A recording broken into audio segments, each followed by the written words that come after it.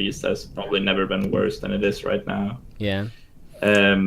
Well, I don't know. I have some friends tell me that Ensoft Priest is like pretty good, but I've yet to try it out myself. Very good against. And I think that one of the exactly that was the thing. And if I've been reading the meta correctly, Ensoft Paladin is on its way. Like it's getting way less popular than it was a week or so ago.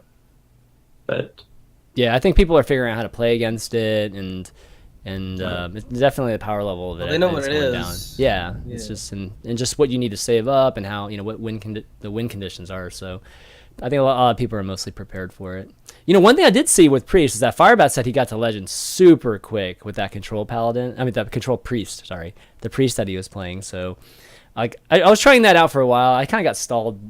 I got stalled out like at rank 3 or something like that when I was playing it. So I don't know. He must have found a really nice moment in the meta where it was playing out pretty well. But Control Priest isn't terrible right now. It's definitely not bad. It's just not good enough to even play anywhere near the top of Legend for sure. But we'll have a priest. We'll have a priest episode really soon. We'll have Zedalot on the show at some point in the near future too. So he'll have some answers to solve for us, I think. Yeah. But why don't we move on? Wanted to talk about. We'll kind of go backwards now. We'll go backwards. Go back to card crafting guide. So somebody recently released a guide on Reddit that it's just one of there's been other ones in the past, but it looks like Mardiosage released this one on Reddit yesterday, I believe, and it's one of these guides that answer that question that we've all been asked on stream: which legend? So I don't have much gold or much money to buy decks, and I'm trying to craft my first legend or maybe a first 2 legends with all this dust I have.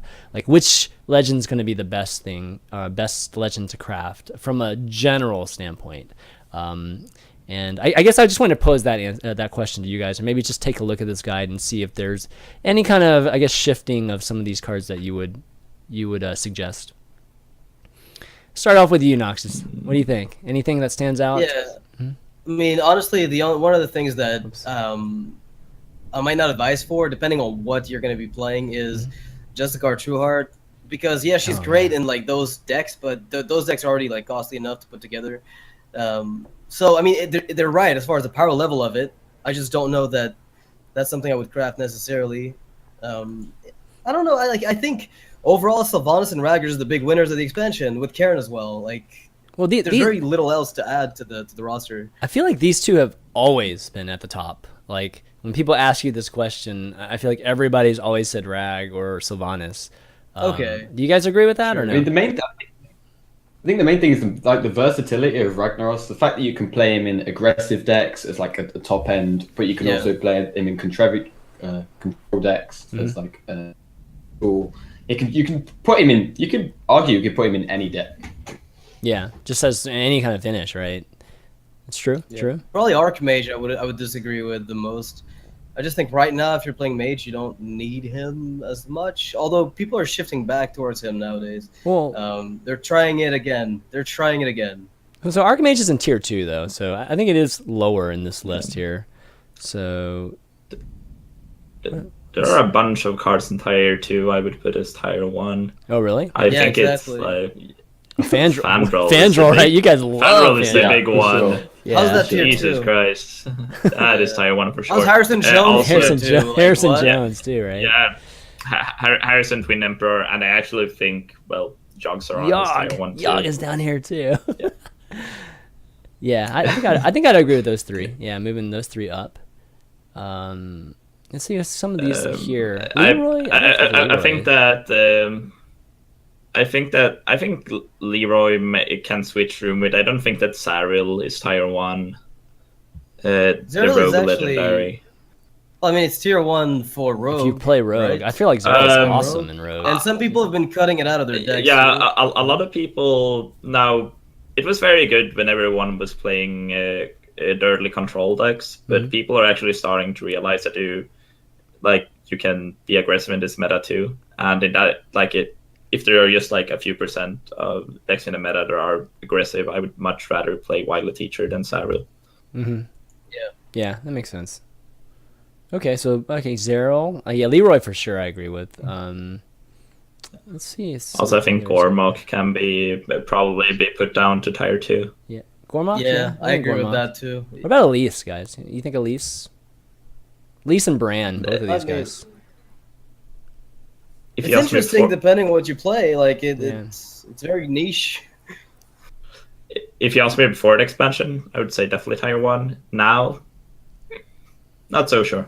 That 20 armor is pretty dang good from Bran. Every time I run into that, play it sucks, Cthulhu, man. but It do you sucks. play Cthulhu? That's right. That's true. That's I- definitely true. Yeah, I would say it was probably moved down a little bit too. Tier 1 has to be pretty darn consistent too. Not every deck like Rag and I mean Sylvanas is not every deck. I mean that's not an aggro deck type of card. But you guys She's think pretty much But everywhere, man, it's like so good in any mid-range or control deck. yeah. I don't know. One thing I actually want to like having Ragnaros on the top of this list. Actually, like I'm not a big fan of having Ragnaros be as good in the new meta. Like I don't like how much impact Ragnaros has In on a game. tournaments, maybe, Like, man. Like so? Yeah. Talk about that. Like, what do you everywhere. mean? Like, what do you mean? Just the RNG aspect of it, or what? I just don't like cards where you're like actually relying on like a lot of the time it comes down to you like, hey, I have a 67% chance here to have a good outcome, or I have a 50% chance here to kill this minion. I just don't like when cards with such high impact cards, where like a hit or miss can decide a game, have random in its card text. Like that's why I didn't like Doctor Boom. It's not because of power level. It's because there's effects that's hard to control that you that have like incredibly high impact on some games that can win or lose games. With that statement though, would that not suggest that you're not a fan of Yogg-Saron? That's what I was gonna say. That's what I was gonna say too. I'm like, what? What are you saying here? Yeah. But I mean, one of the things though is I'm a little bit of a hypocrite here. if you look at DreamHack, like there was a match that Shocky played against Frozen where the Auctioneer. Ragnaros had a 50-50 to Yeah. kill the Auctioneer or not, and if that hadn't happened, I have no clue if Shocky would have taken that series, because that was literally like the coin flip, like it was the gauntlet coin flip. It felt like, and that was just. You know, the difference between who goes through, and it's fine that we have like a late game card that has variance in it, but again, the impact of that hit or miss is just like beyond insane in many spots. It happened multiple times actually at DreamHack. I remember. I'm not sure if it happened multiple times in Chalky games, but it definitely happened multiple times where it was like trying to shoot a concealed auctioneer, and this is like beta all over again, right? Like we're watching to see what rag hits and games being determined by it. I mean, like the what you hunter mean. list that you're running, like the hunter list you're running, Orange. I dislike the fact that you have to resort to Fiery Bat, Huge Toad, and Flame Juggler. Like those three cards in the same deck is so ridiculous. Yeah, it's so ridiculous. Don't forget Animal Companion. Sure, might as I thought well. it was just an RNG Fiesta right Yeah. now. I've jokingly been saying Casino. Like the early game is... Hunter. Oh wow! Coin a new phrase. Well, you're laughing, but that's how it feels, man. Yeah, I know what you mean. That is how it feels. Okay, well, one thing okay, go on. One thing that I would like to see with this list is that so like we see no class legendary at like tier S, which is like I would like to see like a side note that like, hey, if this is your favorite class, you really want to craft this legendary. For example, like if you're ever running, like if your warrior is your favorite class, Grommash is definitely tier S. Yeah, like it's just like you will put that in every single warrior deck ever, pretty much. You can say the same. So like they're just like a little dot that like, hey, if you like warrior, craft this card. Yeah, and Justicar's in that boat too. Actually, I mean, it's not class specific, but if you were looking at it from that standpoint, you know, it's like. But just a note that like this card is is way better in warrior and priests than in any other class, pretty much. Yeah. Because like if you're a newer player and you look at this list, it may not be obvious at first that like, wait, why is Yogg-Saron here? Where do I want to play this? Yeah. Stuff like that. Yeah, I mean, if you're a new player and you like going face, then Leroy would be the card for Leroy. you. That's right. That's right. Leroy is definitely Tyrese on my list. No, definitely. And I think for most folks that are just like very, like budget decks, right? Generally, you do want to just stick to one deck that you're trying to build. That's usually the most efficient way, right? To climb and to gain even more resources to build more decks. So generally speaking, I think that is the right way to approach and, exercise wise. So a guide that did have that split up would be much more useful. And this guide's obviously just more of a general one, and maybe there are some other ones out there. I don't know. You guys can tweet us if you guys have a guide that's definitely a lot more in depth, or maybe has some filtering too. That'd be really great for a lot of the players just starting out, getting into Hearthstone. There's always a ton of those type of people getting into Hearthstone every day. All right. Well, why don't we go to Q&A, man? We've definitely covered these topics today nice and thoroughly. So let's see what we got here. Those of you that want to ask questions, by the way, go ahead and tweet. You can tweet me at ChanManV or ValueTownGG. Maybe one of you guys take a look at chat and see if there are any questions in there that might be interesting, and we'll take some from there. Okay, so we've got a question from... There's one like really early on here. I'm trying to find it. Actually, one from Coach Sunny. Let's see. Do you see Yogg-Saron as a defensive card or also as a good offensive card when you're ahead on the board? Would you ever use Yogg if you're ahead on the board? I don't think I would. I don't think I would ever. Ideally, you want to use it when you're behind. You have a board, it's quite likely that the spells are going to end up targeting your minions and removing your board. It's a lot better to play when you... It's something that does come up. Like for example, it came up in a game I was playing yesterday with Yogg-Wizard. Like my opponent had no board. He was playing Tempo Mage. Had like no board, but had like 8 cards in hand or something. Mm-hmm. And my board was a Violet Teacher or something. And my turn, if I did not play Yogg, was to Hero Power Pass. And like at that point, I may look ahead, but like at that point, I do consider myself behind enough, because like this is gonna swing. Like if I don't in his favor very quickly if I don't play it. So I guess those are the only situations where technically ahead where you could play Yogg. But if I was like a favorite to win a game, I would not. Yeah. Like without playing it, I would not play it. Exactly. Yeah. Like it's all about I think it's all about the board, really. Like it comes down to the question: would you play Deathwing, and would prefer not to? If the answer is yes, then Yogg is probably like a much better alternative to Deathwing in those spots. Yeah. I mean, I've definitely had situations where I would have almost an empty turn next turn if I didn't, and I just do it just to get resources. Again, it's more utility in that fashion than it is finishing. Okay, Lucas. It's like okay, go ahead. Go ahead. No, go ahead. I was going to say, if you have a board, if you're ahead, like in a good position, and Yogg is the only card in your hand, it's probably a good idea to not play the Yogg. If you don't need to play it, right. If you don't need to play it, just don't play it, because it could backfire. Yep, that's a really good comeback mechanic. When you're ahead, it will backfire. Like if you don't have to play it and then you decide to YOLO and play it, it's almost guaranteed to backfire on you just for. At that point, you're just asking for it. Yeah, exactly right. You're doing it definitely for just shits and giggles there. All right, Lucas Mackay. Why? I guess do people? Well, okay, this is kind of weird. Why do people when they see a token in Beast Druid?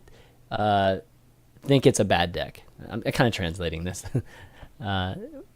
Generally, why do they think that token and beast druids are pretty different? So maybe we can look at it. We talked about token druids, so I think we concluded that's pretty good. Beast druid, Orange. I think you brought a beast druid to Austin, didn't you? Yeah. I think they're talking about the beast druid that is also playing Violet Teachers.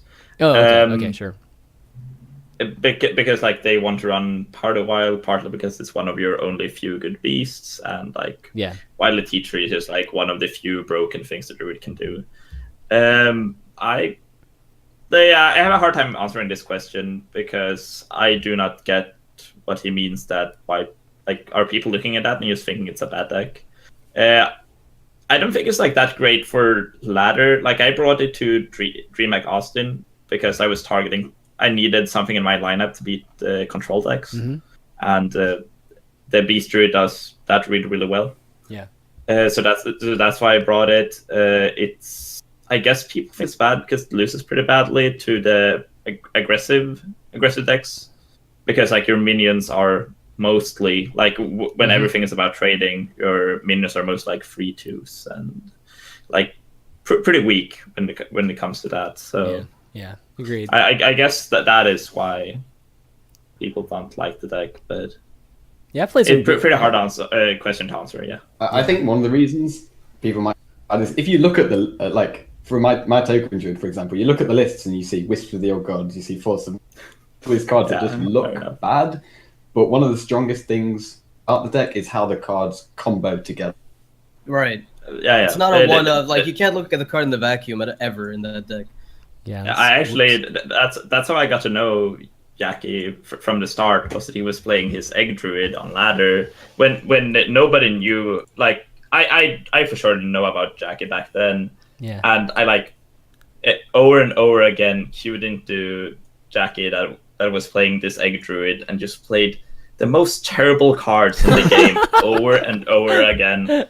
And like after a while, I just kept start keeping track of like what my record against him was, and like I think it was like 5-20, like at some point against Egg Druid, and I could not understand how he won a single game with those cards in his deck.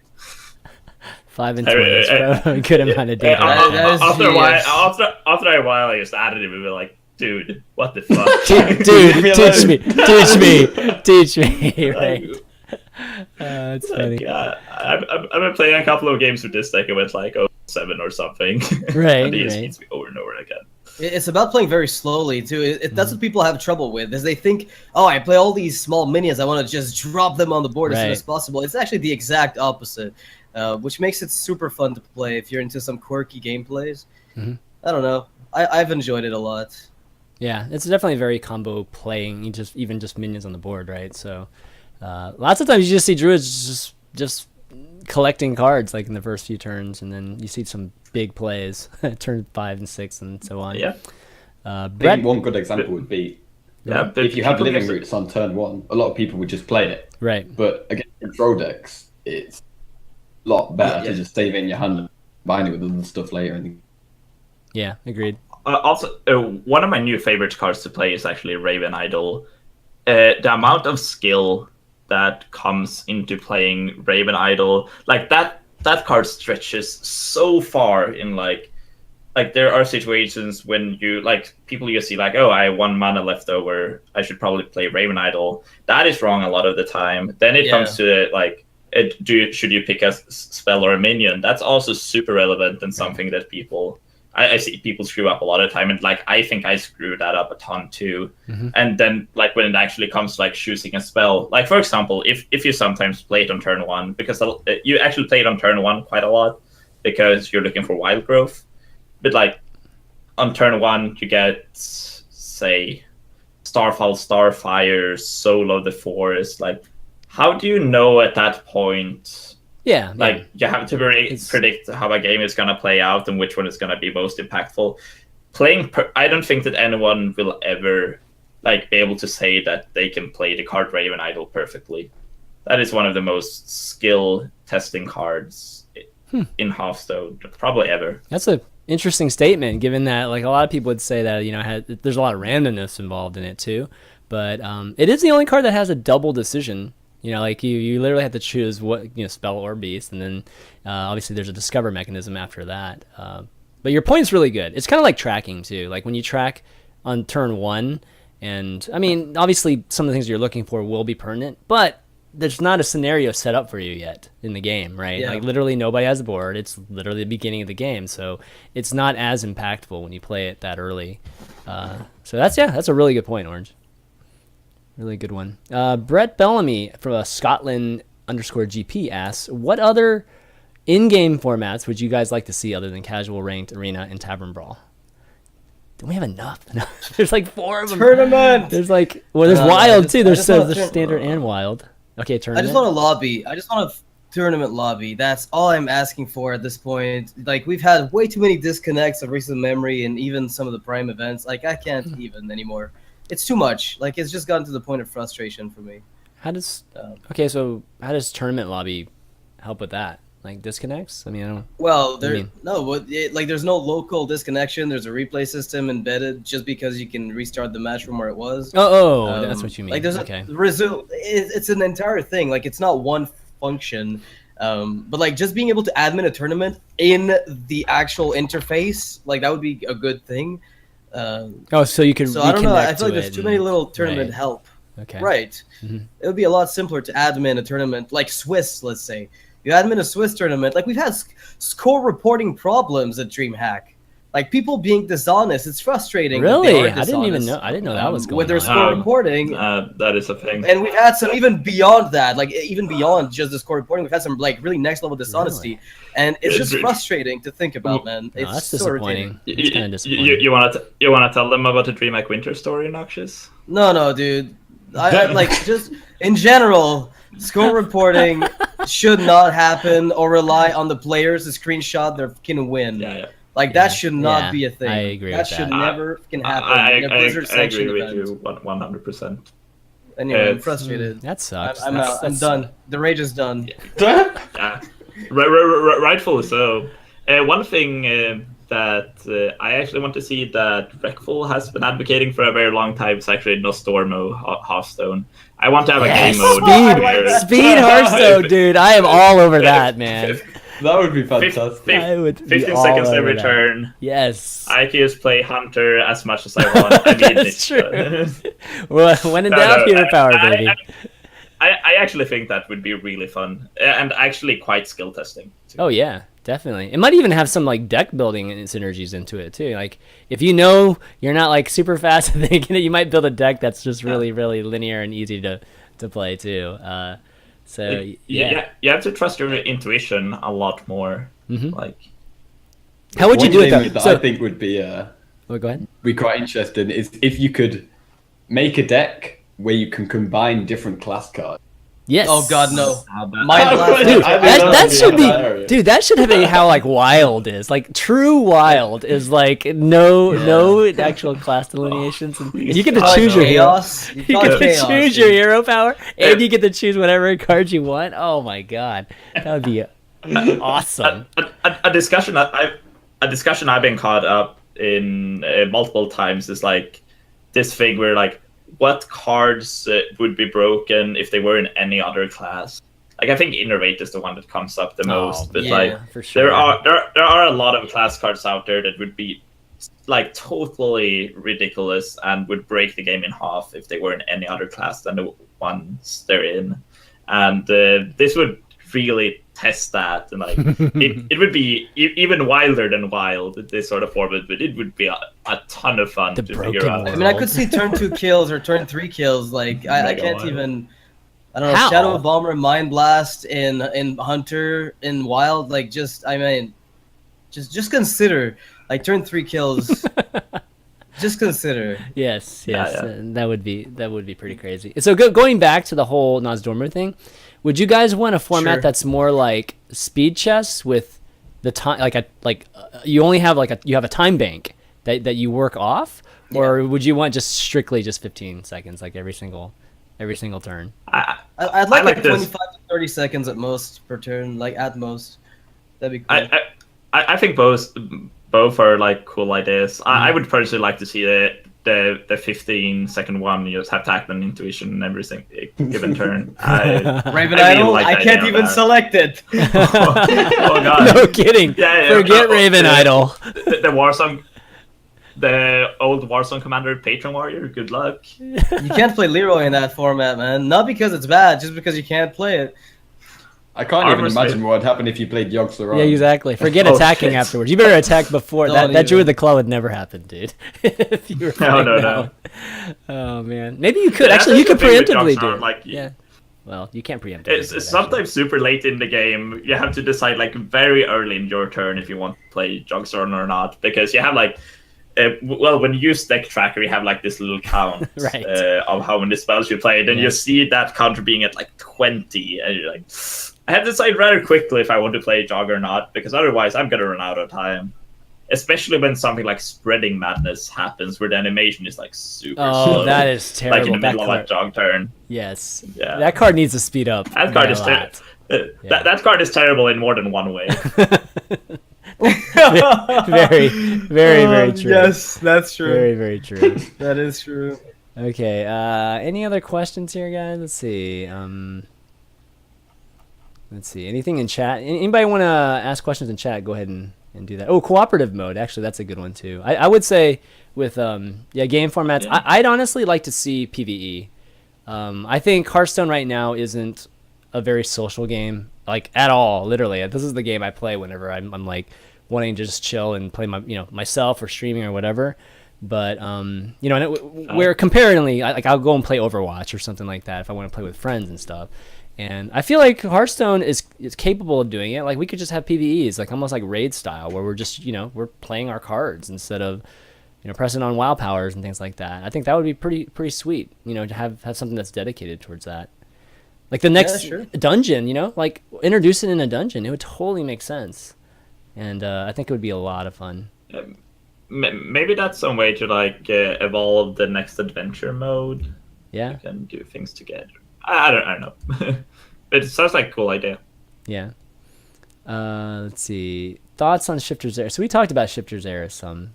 A little bit, yeah, but basically it's another mini Yogg-Saron in some decks that can afford to sit on a card. Yeah. I actually crafted it very early when Wizard Old Gods came out because I want to try it out in Arena. Mm-hmm. And well, I think if like Greenlock just had like a couple of like if some of the cards that are not there right now would be there, like say had like a bit fewer options, I think the Shifter Series would be terrible in that deck, but that could also be one of those cards like that we just don't quite understand yet. I don't know. It's an interesting one for sure. We have never quite seen anything like it.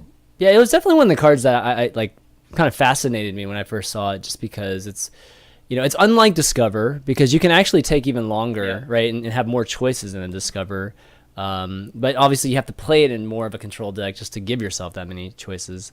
But my experience playing the card has never been good. Like I've never, maybe 1 out of like 10 times it's like it ends up working out decently for me. But I usually just end up playing some card that's it's okay, but it's not like game breaking or anything like that.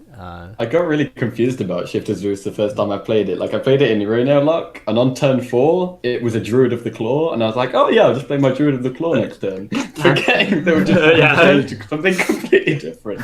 Yeah, mine turned to Flame Leviathan 2 turns in a row, dude. I was like, what happened? Hey, this card is bugged. Oh wait. I love picking it from Dark Peddler. I've done that a couple of times. Okay. Yeah, that's kind of interesting. Yeah, I think the thing that what makes the card the biggest hit against the card is that you cannot plan around it. Like you cannot, like, often going into a turn you need to have a plan, and you just cannot plan around Shifter Series at all. Yeah, it's like that Yogg-Saron. Yogg-Saron is like, at least you're always getting something if you're defensive late game. But Shifter Zeros is just an even bigger gimmick. Yeah. Can you imagine if Shifter Zeros changed while it was on the board? That would be wild as crap. Like, not just when you play it, when you actually play, it's on the board and you start playing. Yeah, That would be nuts, dude. silly. That'd be That'd be pretty silly crazy. as shit. to turn into the ancient one. Yeah, just for a turn though, and then it would Oh turn my into God. and then it would turn into a wisp the next turn, and you just get rid of it. I can just I'm imagine pretty it sure they're being- gonna make a minion like that. At some I'm- point, I'm but it's gonna pretty be sure they will, like mid-range too. That's- cost because like it can't be 1 mana, dude. Like, it just can't. Yeah. A self-recombobulating creature. Good lord. Oh, you know what? You know, one thing I've been doing recently to just messing around with, obviously ranking down with, is renounce. Or renounce warlock. Oh, have you guys no. have you guys tried like no seriously? Have you guys tried one and like what archetype have you tried it with? Yeah, I was watching. start- Oh, you You go go ahead. You go first. No, you hang up first. Oh my god! Oh my god! I want The romance. The bromance no. here. Holy crap! Kappa Pride. I watched Golento play Renounce Aggro Okay. Warlock on stream yesterday when I was playing an Aggro. open tournament, Okay. and well, I did not understand a single thing that was going on. But I pretty much just wanted to say that I've seen the card being played.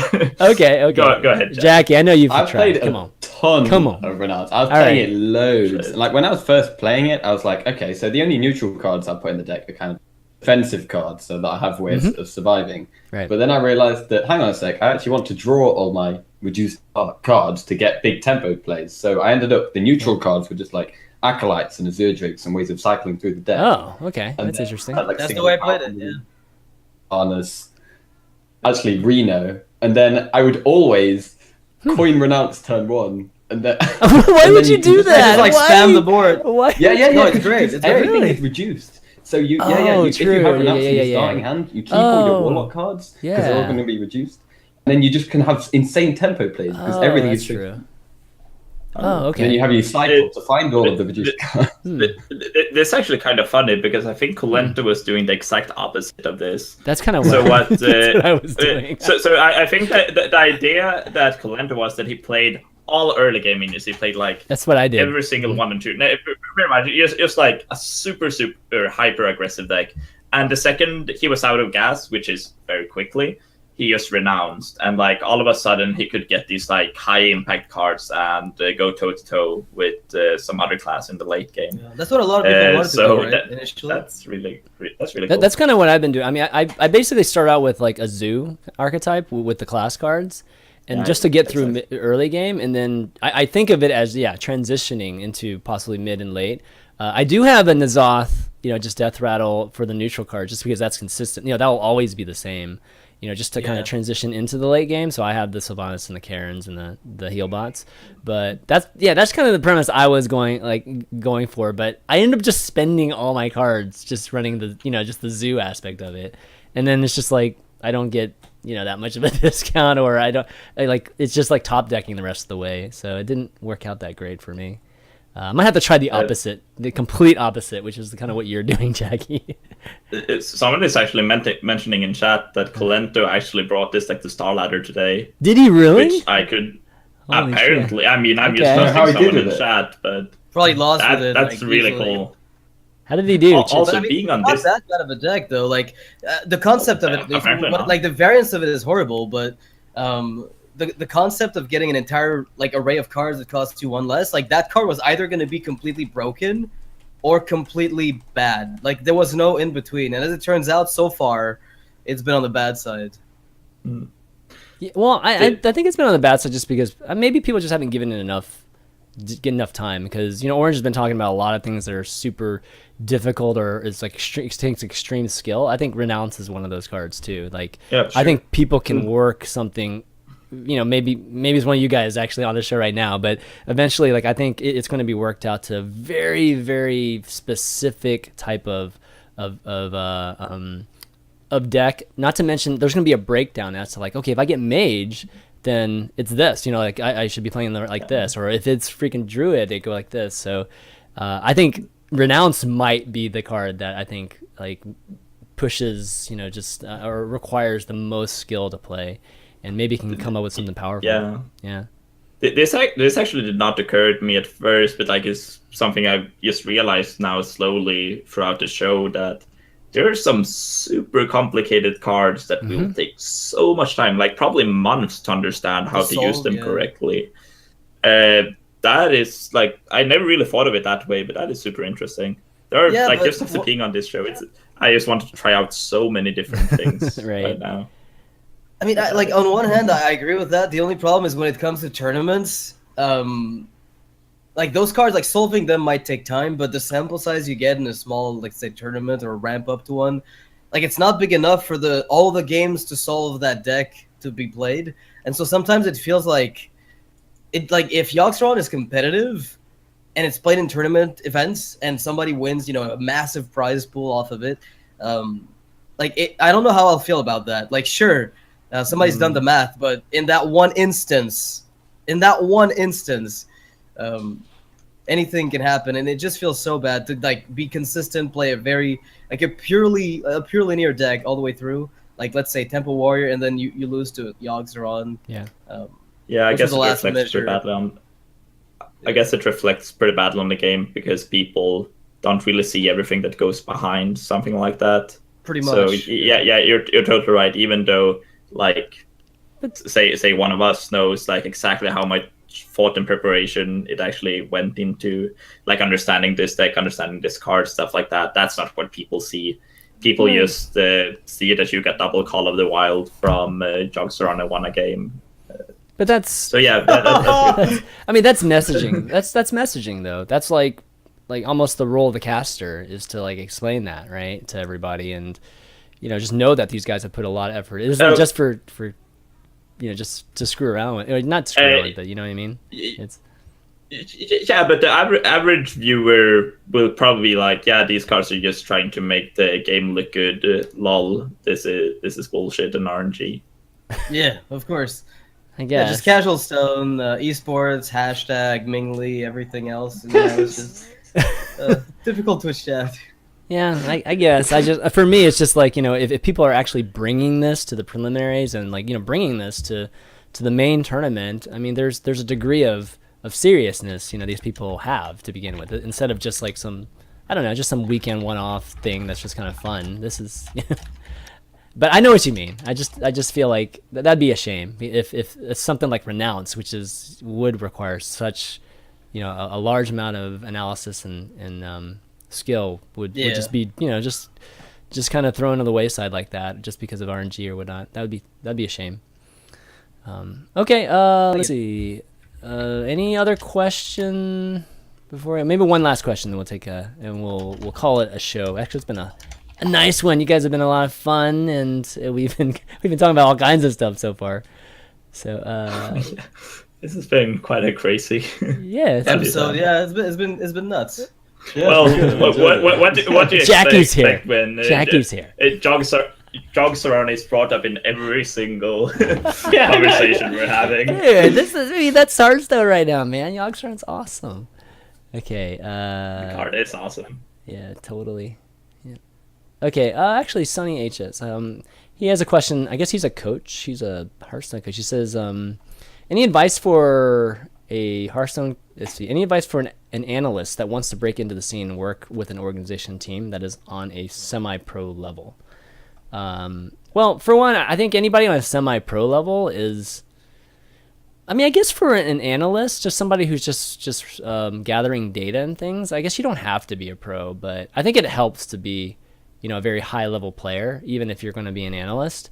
So, but if you want to contact the organizations, I mean, I think you have to start off by just trying to email these people, cold emailing them, and that's going to be the best way. You'd be surprised sometimes. You cold email somebody or message them, and they just happen to be looking for somebody like that. That could be just timing sometimes. It's just perfect timing, and they. I didn't quite get it. Are we talking about casting? No. We're talking about an analyst. I think somebody that's like just a coaching analyst type of thing. Yeah. I think that's more. Okay. Yeah, semi-pro caster. That's probably not quite as it's going to be hard to actually break through. It's not quite the same. Yeah, but yeah. So I don't know. You guys have any advice for somebody like that wants to help an organization by collecting data and that sort of thing? I think like the cold email is the first thing. Like it's just. I feel like the worst case scenario is that these big organizations at least tend to respond. If they're serious, if they're actually organizations that take their job seriously, then they'll at least respond to you. So you'll have an idea of what's going to happen with your request.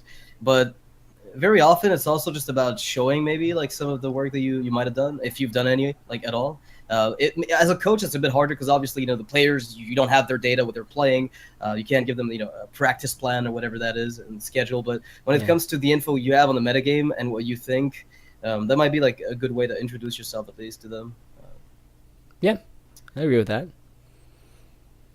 All right. Well, I think that's going to be it for the questions. Thanks, everybody, for the questions. I think we should wrap up this show. Actually, before I wrap up the show, I just want to give a shout out to the patrons. I usually do this midway through the show, but I forgot. So, but we do have a Patreon for Valuetown if you want to support the show. Patreon.com/Valuetown. And big shout out to CJ Hines, Shane Sherman, Lucas Capdeville, Jacob Sebastian Fell, Paul Hatchman, Dan Simborski, Eric Cobb, Eric Lynn, Keith McLaughlin. Just some of the patrons that have been supporting the show for a while, and we kind of choose a few each week just to give a shout out to. So thank you so much, guys, for supporting the show. But let's do some shout outs, guys. Jackie, amazing having you on the show. It's been a fan of your deck building and just all your creative ideas for a long time now. So just having you be on Valuetown and discuss Yogg with us has been a real pleasure. Any shout outs you want to do? Thank you. Yeah, thank you for having me. It's been great. Shout out to my team who have been really supportive for me and like kind of have recent in Hearthstone Steam. Okay. Oh, cutting off again. You're cutting off a lot right now. Yeah. There we go. I think your mic threshold might be a bit too low or too high. Yeah, I don't hear anything right now. Yeah, we don't hear you right now. Oh. There we go. Okay, now we hear you. We can hear you again. Oh, you hear me now? Yeah. Okay. Yeah. All right, start over. Let's go. Start over. Oh, I can't remember what I said now. Yeah, thank you for having me. Yeah. I've really enjoyed it. Great to chat to you guys. Just